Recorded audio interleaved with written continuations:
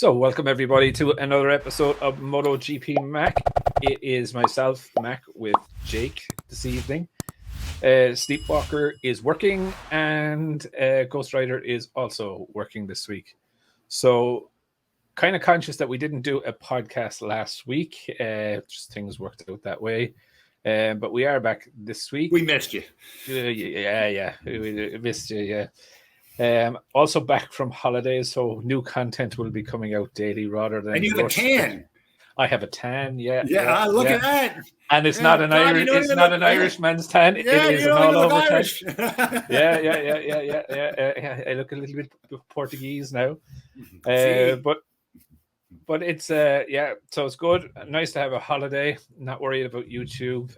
Good to get back to trying to make some content. And we're back straight into a race week, which is really exciting. So I guess we'll talk a little bit about San Marino coming up this weekend. What do you think, Jake? I got to give it to you. It looks like a Pecco weekend on that one because it's a fast flowing track, if I'm not mistaken. Did I say San Marino? Misano. Oops. Misano, yeah. I was going to say, Misano, the Misano Grand Prix. Where am I? I'm still a Ducati track. I am still on holidays. Yes, Fabio. I always have Fabio. His riding has been so phenomenal. I mean, he's holding up the whole Yamaha manufacturer. Yeah, you look. I think I said a few months ago, I made a statement and I said, Yamaha didn't win the World Championship. Fabio did. Yep. And I with Marquez. I truly believe that. And like his ride in Austria was absolutely awesome. But he did say after, I was at the limit everywhere. I was nearly crashing all the time. And you can't ride every race like that. You can ride one or two, maybe three. Yeah, but he's pulling it off. He's doing it every race. It's amazing. Right. That's what's so impressive. It's not just the speed. It's the fact that it's not like he's breaking records every lap, okay? But he's going fast on a bike that's slow. People don't realize how slow, 12 to 19 kilometers per hour down? Jesus. Yeah. I look. I suppose my concern is that he's overriding it, and you have an element of luck, but when your luck runs out, like by overriding it the way he overrides it, if he does have an off, it's going to be huge. Like, do you know what I mean? And it's going to hurt. Like, but look, saying that, I kind of agree with you, except when you look at Pecco's record in Misano, it's not great. No. It's not great. I think in his 2 or 3 years in MotoGP, I think he hasn't finished twice out of the 3 times he's been there. Maybe he listened to Rossi this time on tires, but I was going to say, yeah. And actually, talking about Rossi, it's going to be very weird being in Misano and no Valentino Rossi at all. Like Mugello was okay, do you know what I mean? But Misano is like hometown of next door town to Rossi. So I think it's going to be surprised if he doesn't pop in. I could see him doing that. I don't know because Uccio was saying, like he's very busy with other things, and I don't know. I have the feeling that he's still in love with MotoGP, right? And if you're still in love with something, why would you go and watch it when you know you can't do it? Because it's the only thing he has. What else is either going to? It's like a junkie. Is he going to go off of it altogether? Cold turkey. He's going to go.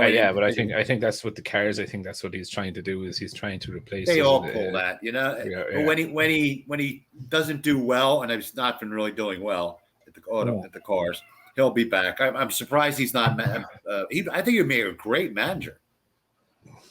Yeah, rider coach, proper rider coach. Actually, as I think he'd be brilliant at, and especially helping people with the mind games, like that are extremely important within MotoGP at this day and age, But yeah, look, I'm really excited to see. It is hard to look past Pecco, it's hard to look past Fabio too, but I'm really interested to see how Bastianini does, especially with the news coming out this week that they signed him for the factory. Now, look, like, we'll be fair, right? We had a fairly good inclination that this was going to happen when Martin kind of backed off his initial statement of saying, well, let's throw this Ducati factory, or I'm going to find another manufacturer. And then he turned around later on and he says, well, another year at not so bad. It is the best bike, you know what I mean? A factory team. I mean, come on. And then, what do you want? So I think the decision was made before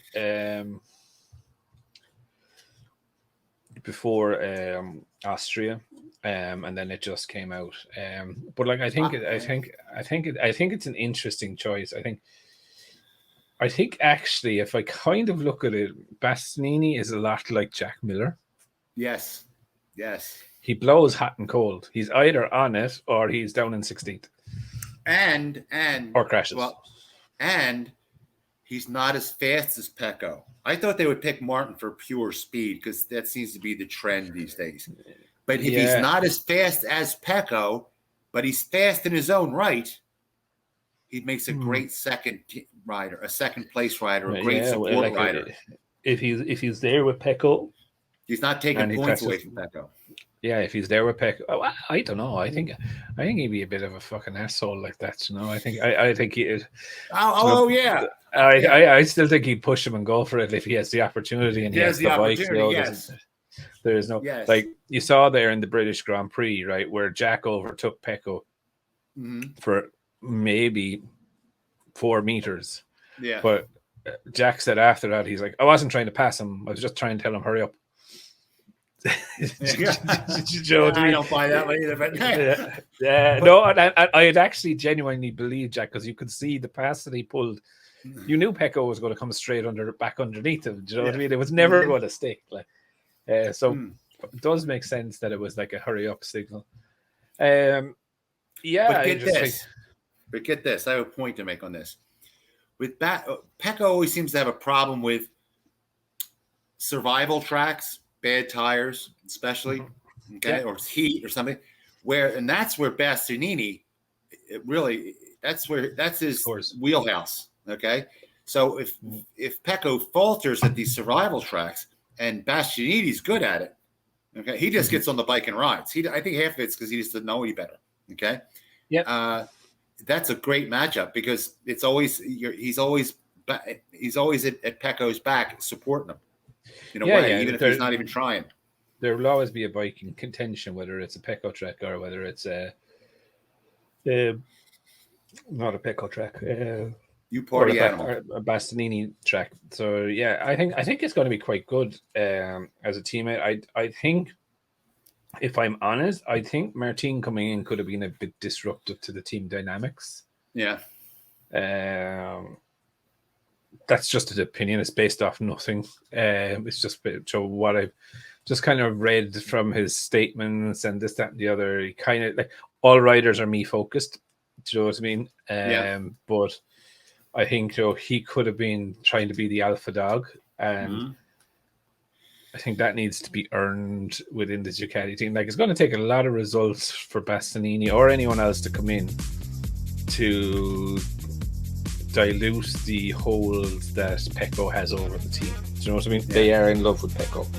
So Pecco can walk on water as far as they're concerned. Do you know what I mean? And you heard it, and it's very rare that you'd hear it from your man Tedazzi when Pecco wasn't riding great. He was like, "We're not giving him the bike to ride." Do you know what I mean? Yeah. So we need to give it to him, and I think, I think that's how much they're in love with him. But I have to take my hat off to Ducati. Like the whole, like I disagreed with, and I still do disagree that they should not have publicly named that the two of those were in contention for the seat, right? Which they did. But if Martin got the Stegosaurus wings, Bastianini got it. Bastianini also got the same fairings. Okay, they couldn't change the engine, but they gave them all equal parts to fight each other for it. And I I think that's and the 21 was a great package, right in its own right.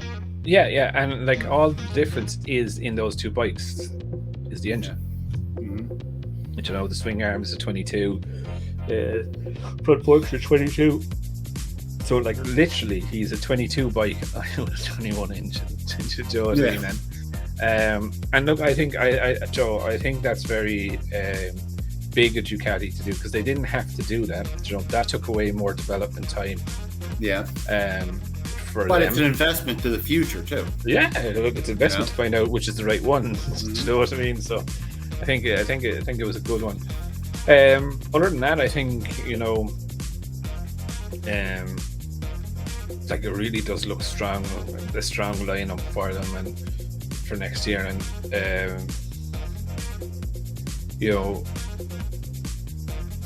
I would have loved to seen, actually, if I'm honest, I would have loved to seen Oliveira on a Ducati as well, even on the Gresini Ducati. Yes, I'd love to see him on a Ducati or even an Aprilia. I would put him on the Aprilia. He will be way before I would put on what's his face, the Mexican kid from KTM. Oh, Raul Fernandez. Yes. Yeah, so I love Fernandez. Yeah, we're filming this on the Monday the 29th. My sources tell me that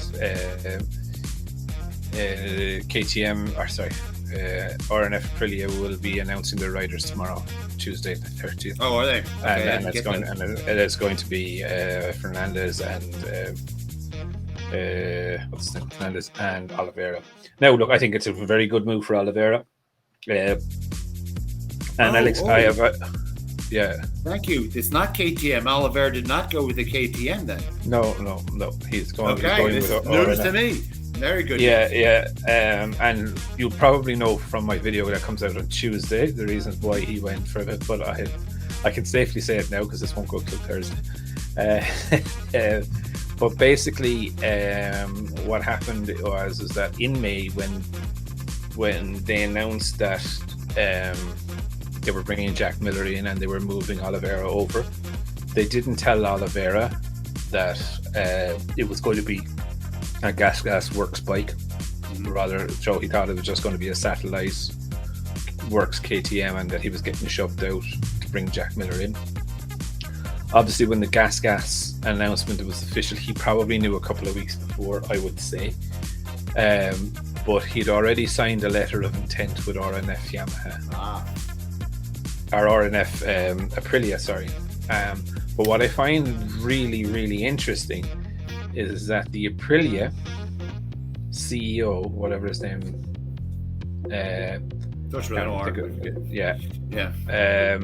he is actually leading the negotiations with Oliveira. So Oliveira, in my view, has a factory contract with RNF. Oh, okay. That's what you're saying. It's not a contract. Team. So it's a works contract. So he'll be getting a works supported bike, and I do believe Raul Fernandez will get that too. And Aprilia are investing in Raul Fernandez $1 million to buy him out of the KTM contract. And the reason it's $1 million was that KTM never had never had meaningful buyout clauses in their contracts until the day Ducati came and signed Jorge Martin, and the buyout clause in his contract was $80,000. So really, yeah. So 5 sets of front brake discs. There you go, lads. We'll take your man. Yeah. So that's why they have it at $1 million. So the KTM developed Jorge Martin for years, and Ducati came in, paid $80,000, smiled all the way to the bank. Yeah. So that's why it is. But that announcement is apparently going out Tuesday the 30th. So it'll be interesting. And that'll only leave a couple of seats left then, the Honda, the 2 VR46, the two Honda seats actually, the VR46 bikes, which I think they're settled. Yeah, and I heard they're settled also. Yeah, and then then there's the other gas seat, right? Which for me makes real sense. Keep Remy Gardner and go, right? No, that's if Remy Gardner wants to stay. But word on the street is, and this is what I find very funny, is that it's going to be Augusto Fernandez, the Moto2 rider, who is also Raul Fernandez's cousin. Oh God! Now you got double trouble. One bitching and the other moaning. Yeah. So there I was just like, would Raul ever pick up the phone and be like, "Don't do it"? You know what I mean? Go to British Supersport or something for a year, or World Supersport. But yeah, apparently that's what it is, and that will be announced probably in Misano. I do think it's very concerning. All right. And if it's not announced after Misano, there's definitely trouble in the air. But like the Repsol Honda seat has not been filled yet. No. And also the. But I thought they just had a couple minor, pen strokes to put Mir on that, or not Mir. Yeah, Mir. They do. Put on Ron. Probably have to pay for extra for bandages. Yeah. Extra health care. I think he had some high side in Austria, and so I'd be lying in that gravel trap going. It's like exactly that was exactly my thought. It's like it's gonna happen on Honda too. Like just get a little bit more air than he's used to, Yeah, flying lessons, air miles. Let's see your air miles at the end of this. But no, look, I think that needs to be settled. So those the other LCR seats, the Indemitsu seat. Who are they going to take there? It's really interesting one. Like if they sign Mir, Rins, Marquez is back to somewhat fitness towards the end of the season. Then they don't need Taka. Do you know what I mean? Whereas if Marquez is not back to any proper way by the end of the season, they need Taka, in my view. Taka's the only person that gave him any good press. I know it was FP1 and everybody was practicing, and he would do a kamikaze lap. And I'm sure that was on purpose for press. All right. Oh yeah. If they don't have his kamikaze laps, what do they have? Yeah. That's it. They have nothing. You're spot on there. And look, I know we've talked an awful lot about Honda's troubles, and they just keep getting deeper. I've never seen a team I've never seen a manufacturer this backwards. Can you? As long as I've been looking, and it's been 40 years I've been watching this stuff. Yeah, it's alarming at this stage, and it's getting to a stage of where it's. So if this goes on, it's unengineering or inability to engineer their way out of it is going to be the next thing, They haven't engineered the last bike in 10 years. They couldn't fix it. Let's not get anybody, right? Then it got worse. I thought it can't get worse than it is, and it did. So. But you see, here's my thoughts on this, right? And I think the same thing is going on in Yamaha right now, right? You go to Yamaha and you say you need to invest 40 million into a new bike, right? Yeah. First thing the board and the financial people are going to say is, "What's wrong with the bike?" Yeah. Right? We won last year. An engineer will start talking, and they'll say, "Okay, I got it. I understand it." And then on Sunday, Fabio or Mark goes out and wins. On Monday morning, they get an email saying budget cancelled. No need to fix the bike. It's winning. Exactly. And that's the problem. And it's only going to come into a case of where Ducati dominate, and I mean absolutely dominate them. And let's just say, for instance, Fabio has a crash. Mm-hmm. Touch wood, he doesn't. Right. But Fabio has a crash. And he's out from a Marquez amount of time. Right. How many points are Yamaha going to score? Yeah, they're the back four are going to be Yamaha, Honda from 19th up, 19th to 15th. Yeah, they're going to be fighting with rookies on KTM's. Yeah, rookies on, and that's that's no disrespect, right, to anyone, right? But that's the reality of the situation, and the more they put their head in the sand and pretend to be fucking ostriches about this, the more time. And this is why I commend Honda for taking a massive risk on the bike they have. Has the risk worked? No. But there is no one on this planet that could engineer a perfect bike to work that is completely opposite to everything that you've done for the past 15 years and get it right in year one. And I think that's where Honda are. I think Honda have learned so much. Now they can't realistically change it all, right? And I do believe what Bradl said is that we're not one bit focused on 2022. I just think they're just weak. They've been sitting on their hands. If they had made a decent bike for Marquez in the last decade, okay, he wasn't just riding around problems, I'd have more faith. That's why I have more faith in Yamaha building a better bike, right, than I do Honda. Especially they came out with a new one and it just failed on both ends. You know, the front tire bias and rear tire, but they just fouled it up on both sides. Yeah, and they try to change too much. And we know that they always get, HRC gets the second tier engineers. They're always the bottom of the barrel at HRC. I don't know now though, right? Yeah, I think there's a lot of Suzuki engineers going to be going over to Honda. And I think so. I definitely think so. I definitely think that's going to happen. But I think, like, I still believe that Yamaha are probably in a 2-year cycle to try and get to grips.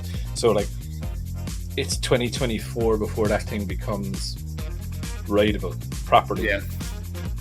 That's just my view, right? Because they have to understand the whole new concept. And onto that's onto your famous thing or your famous gripe about is testing.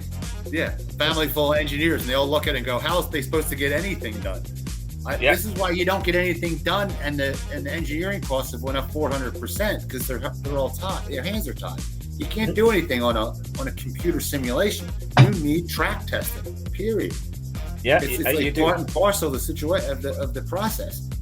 You know, the only thing that they can simulate would be aerodynamic stuff, right? Yeah, CFD. And you can't even do that all the way, right? Because you're only going one direction. Well, look, no, you can. They can bring in side forces and everything. The technology is in Formula One, so I'm sure that would come over in a software package, right? Oh, I thought they didn't have the side force. No, like they could put the bike in. Yeah. So like let's talk about the Stegosaurus wings, right? No. If you look at the way the planes are on the back of those, right, they're not very close together. So like one is stacked here and the other one is stacked behind it, but it's in about an inch. Yeah. And stacked there, right? Yeah. But basically, you know, that is to allow a certain amount of freedom for the angles. Do you know what I mean? So when you look at the wings at the back of it, they know just say off the top of my head. So on average, the bike is at 35 degrees to 55 degrees, right? And that's where those wings will work into play. One will be void, and the other will be generating the maximum. Did you see the B Sport beer they showed them? Yeah. One was dead straight even, and the other one was flat at the 35 degree angle. Right. So, but it's getting that right, and they can do that with computer simulations. They can lean the bike within the computer, do you know what I mean, and generating a headwind or a tailwind or whatever plus the wind from the bike. Where, like, you're right, they can't do any mechanical stuff. And look, I do believe that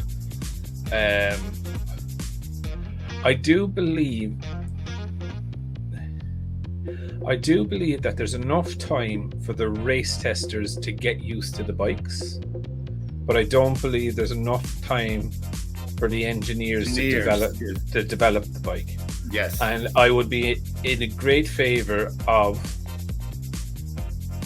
the teams. For example, if you were running a GP21, the manufacturers would have to continue a development cycle on that versus, do you know what I mean? So that if I run a Ducati GP21 and there is a test day, I have something to test. Yeah. I believe, good. Or for example, like Honda could use their test riders 11 days, just say for instance, 11 test rider days. Yes, they're getting my point. Yeah. Thing, do you know what I mean? And maybe 8 or 9 days for someone with, or half of it for people that run year-old bikes. Yes. Do you know what I mean? But like, if you change, just say like in Bastianini's case, if you change from a 21 swing arm to a 22 swing arm, no more testing for you. Do you know what I mean? As soon as you change that bike from a year-old spec, right? So in the way of a current swing arm of a 22 to a 21, that's not allowed. Do you know what I mean? Right. So they have to develop that bike, because as well, look, realistically, you know, customer teams are great. Do you know what I mean? But they're not ideal either. Do you know what I mean? But if you compare when they used to have open testing, then the test drivers could test as many times as they want. The engineers could test as much as they like, right? Mm-hmm. Where they had 50 engineers, say for 5 teams, right? Mm-hmm. A total of 50. Now they have 300 engineers to do the same job, and they don't even do it as well because, like I said, they're throwing shit against the wall and say hope it sticks. Because they only have two weekends. That's 4 days to get it done, right? Yeah. No. I 100% agree with you. I think it is. Now, look, there is also in-season testing, but like at the start of the year, 4 days is not enough, in my honest opinion. I do believe that factories should it's just for show. Yeah. So I think it's total of 6 days because there is the rookies day and the test rider 2 days. But how good is that?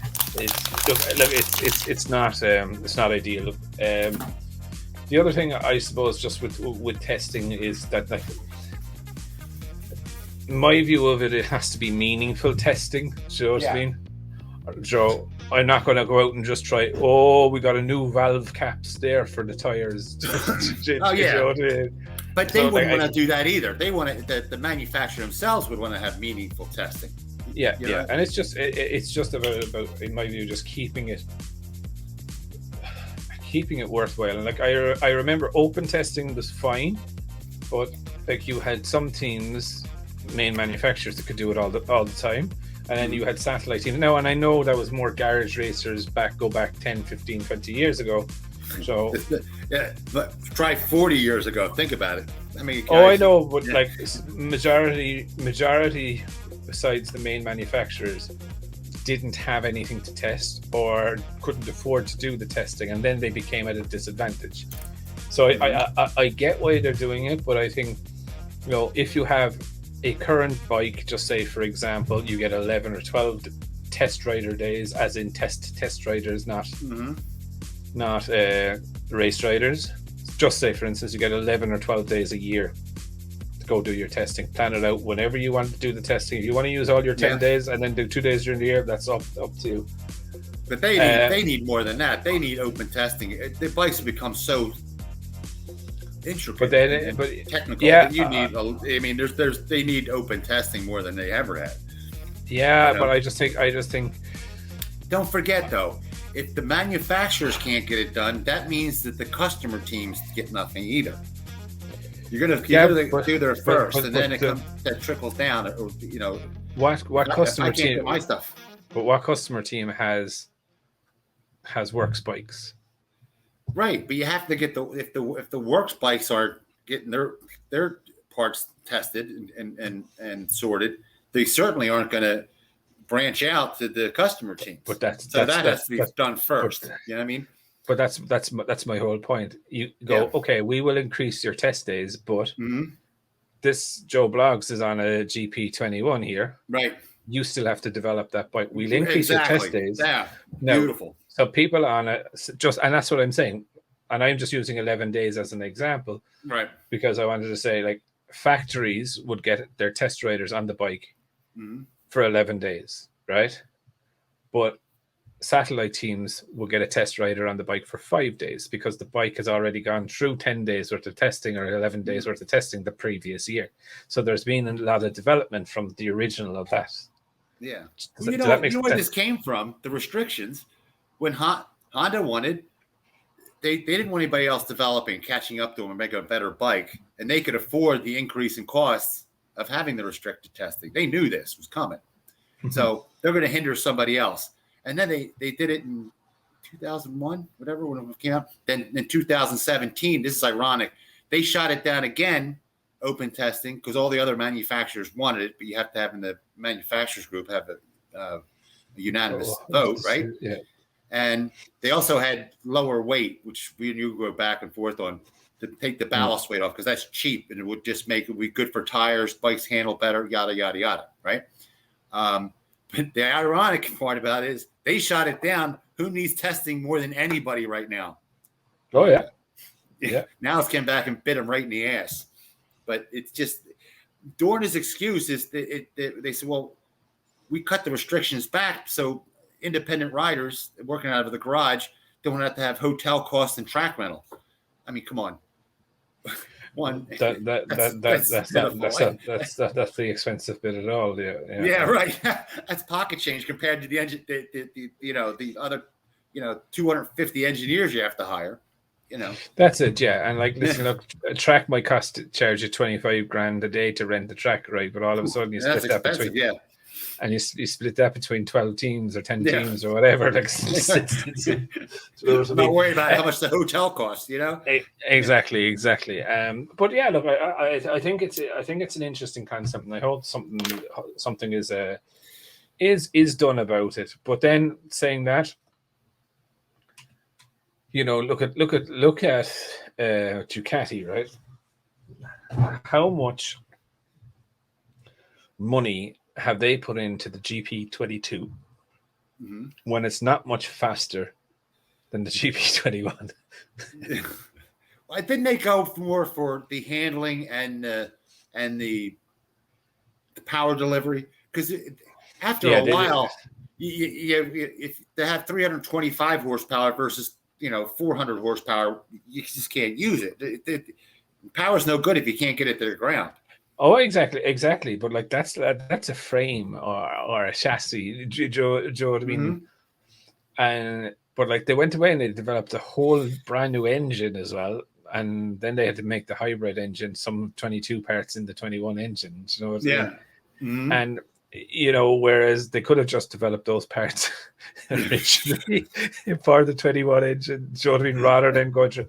So like that's kind of my point in it, is like how, like, in Ducati's case, they're realistically all they needed was to tweak the 21, not build a whole new bike. But with the 8 bikes killed them. They had so much work to do, so little testing time.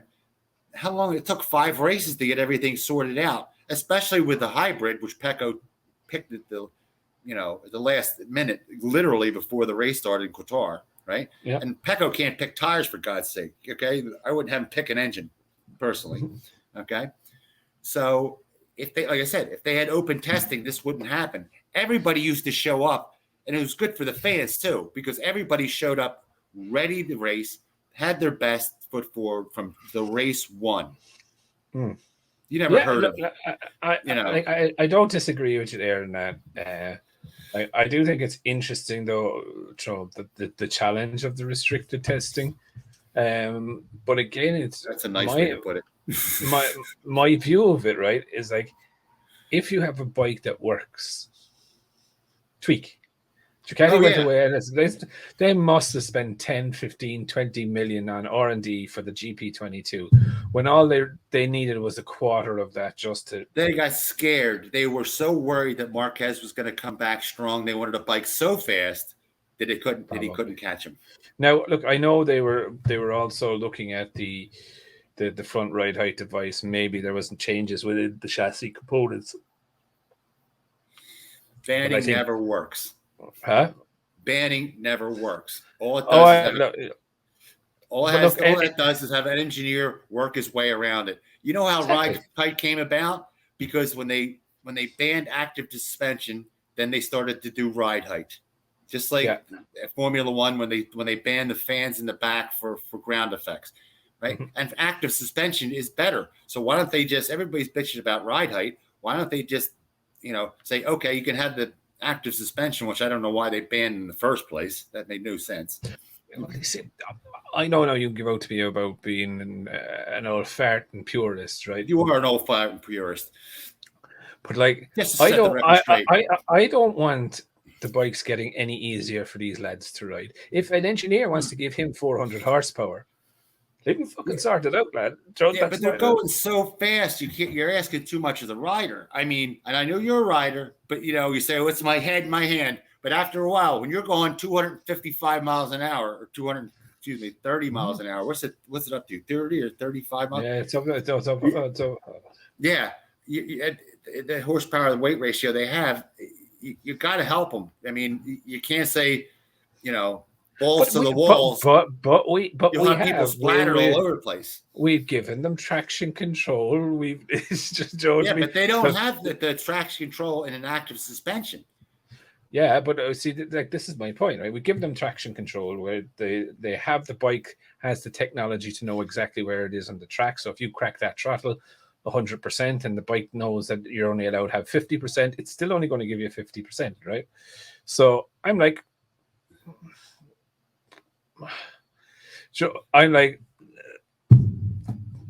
is that it is? Don't get me wrong, it is still skill, and I'm not taking that away. Right. But is it too easy?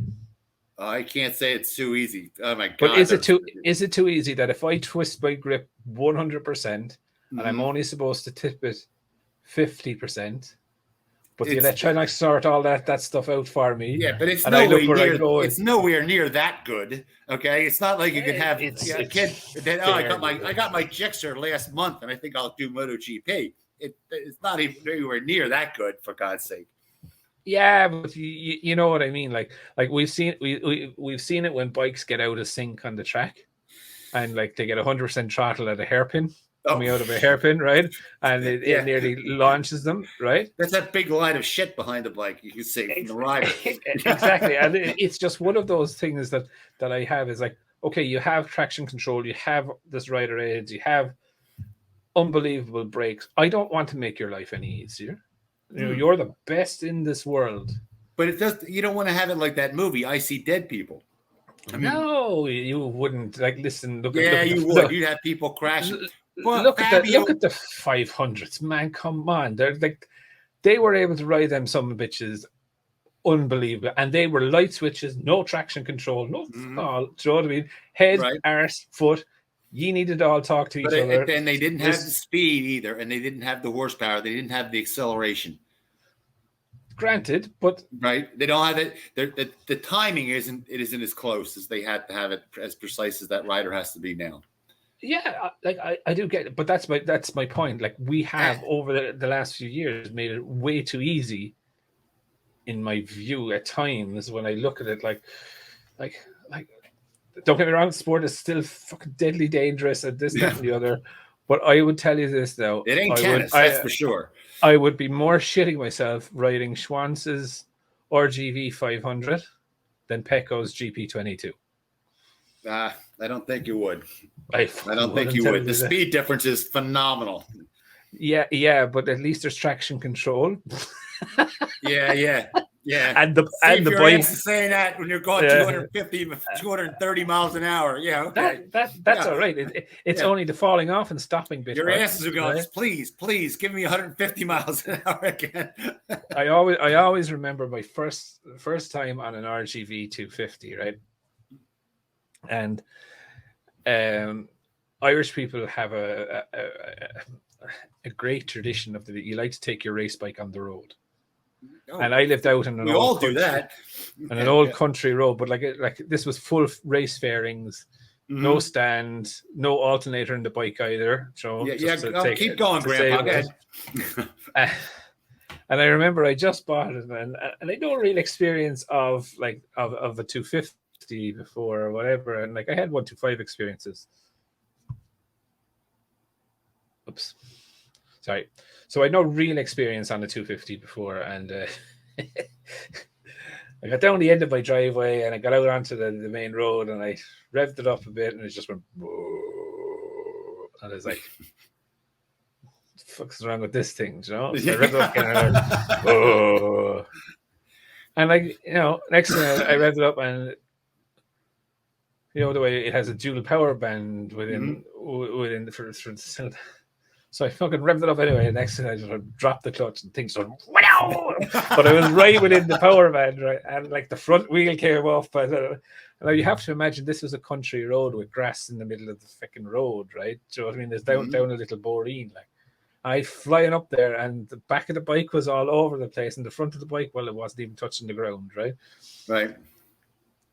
And that's where I learned the fear of a two-stroke, right?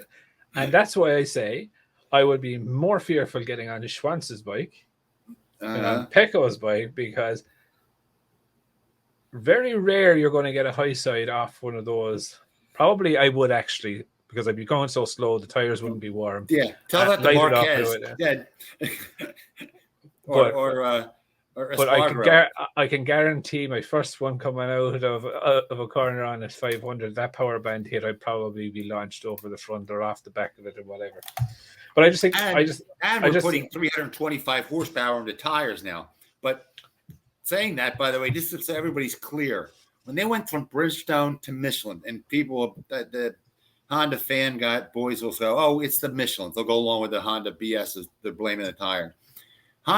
Michelin tires have more grip than the Bridgestone. They do. But the rear wire tire bias, meaning that the rear tire is better than the front tire.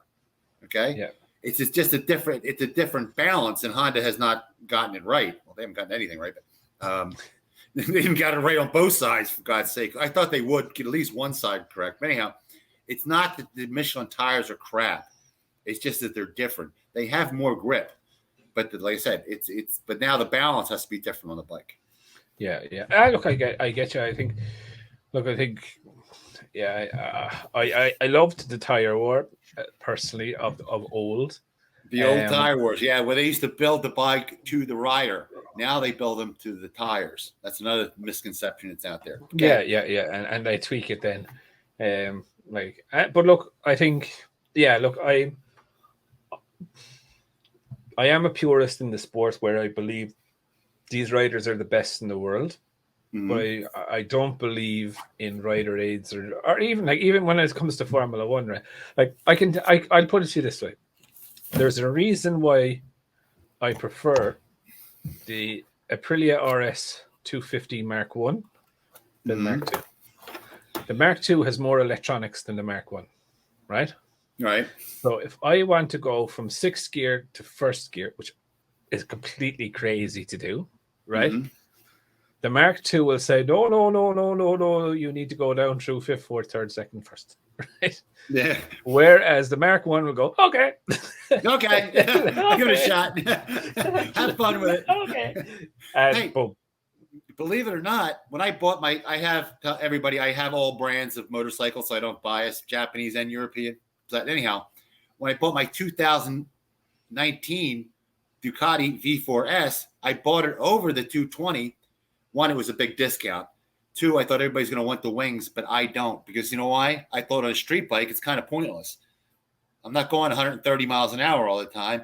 And if it falls off the kickstand, I don't want a $2,000 bill because it broke off a tab off the side. I'd be really PO'd at that point. So I can tech and innovation is for MotoGP. I don't want to see it in Moto2. I don't want to see it, in Superbike where they're getting, And I 100% get that point. I just don't want the life of the rider to be easier, and that's just me. I just like these are the guys like you look at Schwann's, Rainey, all of those guys. They're walking gods, right? So are the other guys. Trust me. I mean, come on. The communication between this wrist, this head, and that arse that they had to have to ride those 500s. Hey, by the way, when you say that, you know who was faster than those guys in the middle? Spencer, who got beat up by you know what I mean? And Robert Sr.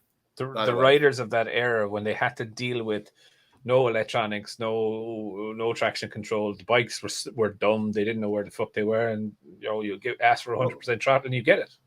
Oh, Roberts caught hell because he would jump on when they had this dream team of Rainey and Lawson, and he would do laps a second faster. And then remember the press would come down and be like, what do you mean dream team? Your manager is a second faster than you.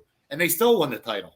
He was that fast. He rode just like Marquez, the same lines. I saw this in a German book, sports thing. And the only three guys who use the same lines as Marquez or Spencer and Roberts. That's why he kept bitching at him. Oh, you need to cut the corners off more, blah, blah, blah, blah. And that was a big, telling them how to ride. Rainey and Lawson didn't go over very well. Yeah, I'd say so.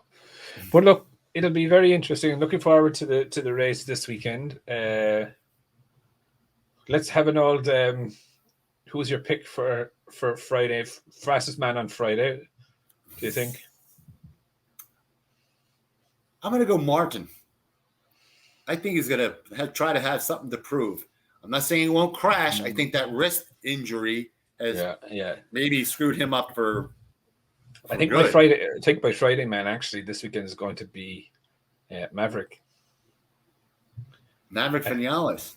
Yeah, I think he had two good races and then a pathetic race in Austria. So I think he either needs to get back on the horse now or else go home. But obviously, not go home. But I think he's going to do quite well. I don't know whether he's going to top the thing. I'd like to see him top on Friday. That would give him the confidence going into the weekend.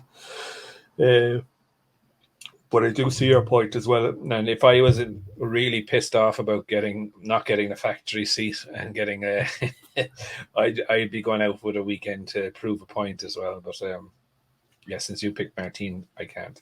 But look, I think it's going to be really interesting. And it's always good. We'll wrap it up there for this week. I'm picking Pecco for the race, not Pecco, Fabio for the race, like I always do, because I think he's going to. I'm going off rider skill, not the bike. And I'm just in love with this riding this year. Fabio has one of the best memories of that track ever. Yeah, I know. Yeah. Last time he was at that track, he was crowned world champion. Mm-hmm. So that was a good one. You also want to give a shout out to someone as well. You were mentioning. Yes, a friend of mine. Who owns X Bikes Racing. He did the MV tuning for the factory MV Superbike effort.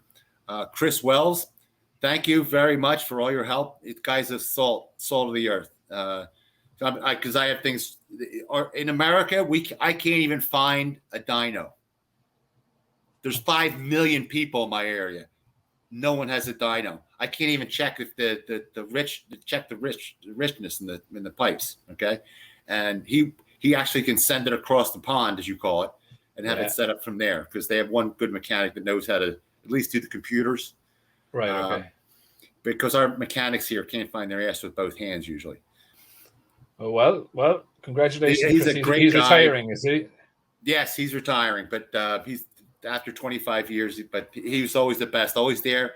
I said, "Oh, I'll pay you." He goes, "I'll wait till it's done." You know what I mean? He's worried about getting it fixed, and he has been the best. My God, his tunes made the bike absolutely phenomenal.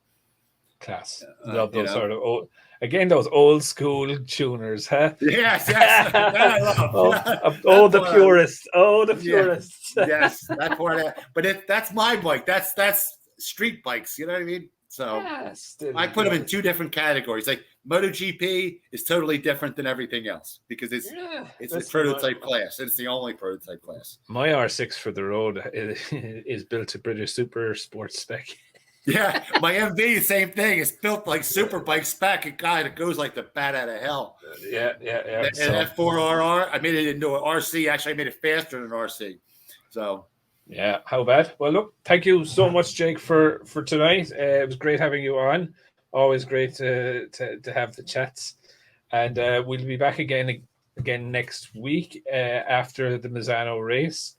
Should we tell everybody about the Fabio projection, the leak we were talking about? Oh yeah. Wrap that in if you want to go. Yeah. Fabio was asked what about his future in Yamaha, the 23 and 24.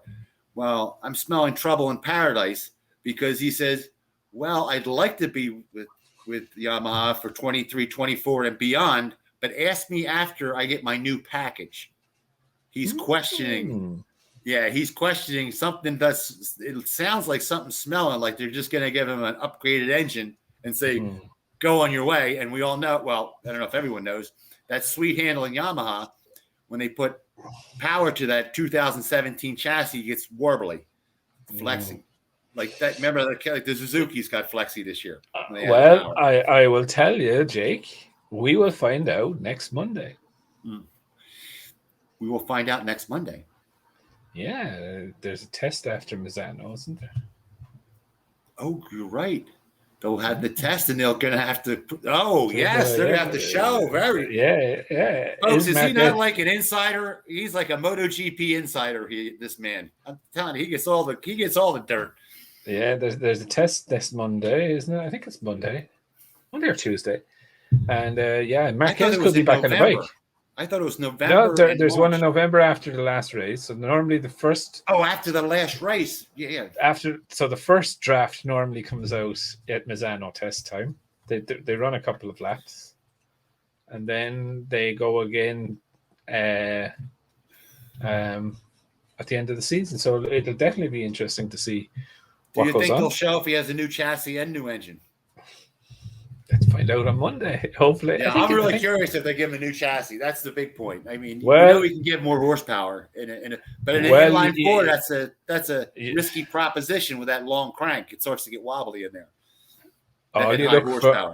All I'm interested to see, being very realistic, is does it have one exhaust pipe or two?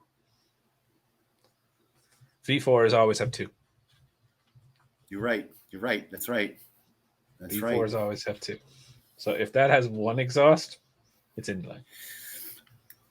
If it has two, it's V4. That's right. So maybe that's fueling Fabio's comment of what package will I have next year. Maybe he was promised one and has been told we're a bit behind. It's odd that he would bring that up now again and say, well, ask me about my future. I'll tell you after I get my pack. And he said package. He didn't say new bike, which surprised me. But they might have told him not to say new bike, realistically. They could have, they could have. But look, let's wait and see. I'm just trying to look up there and see what was this. Yeah, the official test.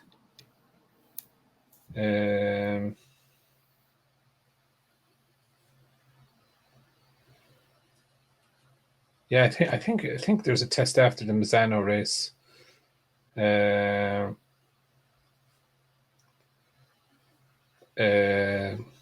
Marquez downplayed his chance for early September, which follows the San Marino.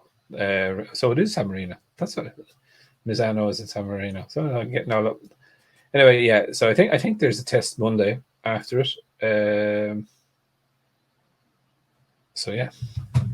Let's find out Monday what our next week or the next test. I think, yeah.